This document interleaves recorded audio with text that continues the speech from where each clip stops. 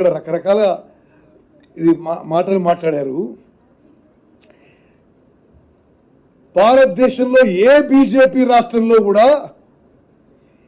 ఈ KMS 25-26 అంటే kharif plus rabi కలిపి ఏ బీజేపీ రాష్ట్రంలో కూడా తెలంగాణ కంటే పెద్ద రాష్ట్రాల్లో కూడా ఇంత ప్రొక్యూర్మెంట్ వరి ప్రొక్యూర్మెంట్ చేయలేదని చెప్పి నేను మనం చేస్తున్నా. నెక్స్ట్ అదేవిధంగా మనం రైతులకి మా ద్వారా ఎంత మేలు జరిగిందో ఒకసారి ఆలోచన చేయండి. వాళ్ళ 10 ఏళ్ల హయాంలో 10 ఏళ్లలో వాళ్ళు 1,35,000 కోట్లు రైతులకి వరి ధరిస్తే 10 ఏళ్లలో మేము 2 ఏళ్లలో సుమారు 1,00,000 కోట్లు ఇచ్చిన విషయం MSP ద్వారా వరి రైతులకి అనే విషయం నేను గమనించాలి. వాళ్ళు 10 ఏళ్లలో 1,35,000 కోట్లు ఇస్తే మేము 2 ఏళ్లలో ఆల్మోస్ట్ 1 lakh crores ఇచ్చినాం. నేరుగా వరి రైతులకి అకౌంట్లో వేయడం జరిగింది. వాళ్ళ హయాంలో 7,000 ప్రొక్యూర్మెంట్ సెంటర్లు నడుచుంటే మా హయాంలో 8,500 ప్రొక్యూర్మెంట్ సెంటర్స్ నడుస్తున్నాయి. అదేవిధంగా కేంద్ర ప్రభుత్వం ఇచ్చిన ప్రొక్యూర్మెంట్ టార్గెట్లో వాళ్ళు 50-60% చేస్తే మేము కేంద్ర ప్రభుత్వం ఇచ్చిన ప్రొక్యూర్మెంట్ టార్గెట్ కంటే ప్రతి సంవత్సరం రైతుకి మేలు చేయడానికి ఎక్కువ కొనుగోలు చేసినాం.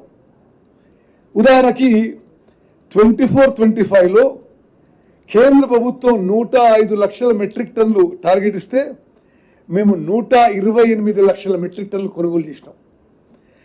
25-26లో కేంద్ర ప్రభుత్వం 112 లక్షల మెట్రిక్ టన్నుల వరి ధాన్యం టార్గెట్ ఇస్తే మేము 147 లక్షల మెట్రిక్ టన్నులు కొనుగోలు చేసినాం. అంటే ఏంటిది?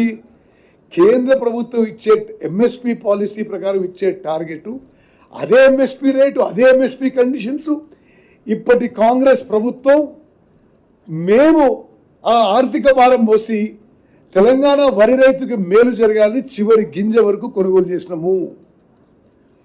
ఒక ఉదాహరణ చెప్పాలంటే మీకు ఈ యాసంగి పంటలో ఇప్పుడు జరుగుతున్న ప్రొక్యూర్మెంట్లో 6,650 కోట్ల రూపాయలు మా ప్రభుత్వం మేము మా బడ్జెట్ నుంచి అదనంగా పెట్టి ఈ వరి కొనుగోలు చేసినాం.